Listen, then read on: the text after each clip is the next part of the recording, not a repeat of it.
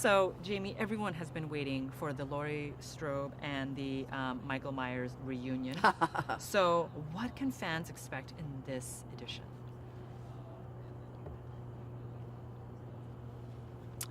So I think what fans can really expect is the truth. The truth about what happens when you have a trauma 40 years ago. It's a movie about trauma and generational trauma, and really at its core, it's about a young woman whose life was altered by this random act of violence. And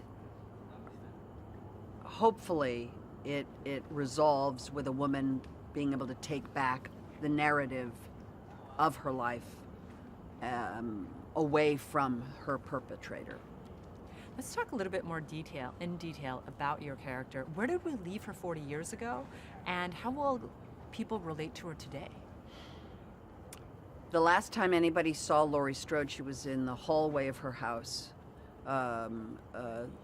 Michael Myers had been shot by this savior, this doctor who she didn't know.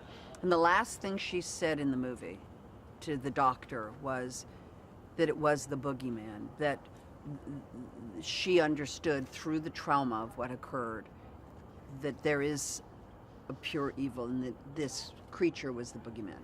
That was the last time we saw her.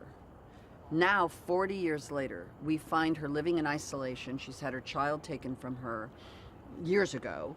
She has a grandchild she has a little relationship with, but very little. She has no friends. She lives in total isolation, total preparedness. She is perseverated on this idea that Michael Myers was going to return for her, and she had to be prepared, and she had to prepare and protect her family. That is her mantra. She had a mantra every day: prepare, protect, prepare, protect. That's all she did. Eat, drink, sleep, prepare, protect. And that's who we see. So 40 years before, she was a victim of violence, and now 40 years later, she is this warrior, wounded warrior on the hunt.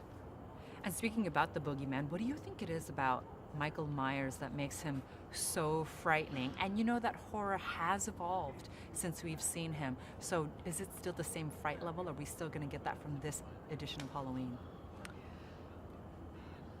You know, I can't tell what people are going to feel.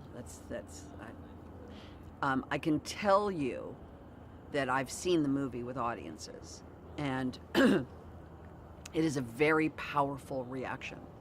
David Gordon Green has made a very scary movie with some incredibly violent and shocking set pieces in the midst of a story about a wounded warrior, and it's extraordinary.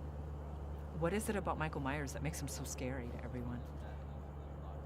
I know that there are a lot of film schools where people have tried to understand and dissect what are the elements that make Michael Myers such a terrifying creature.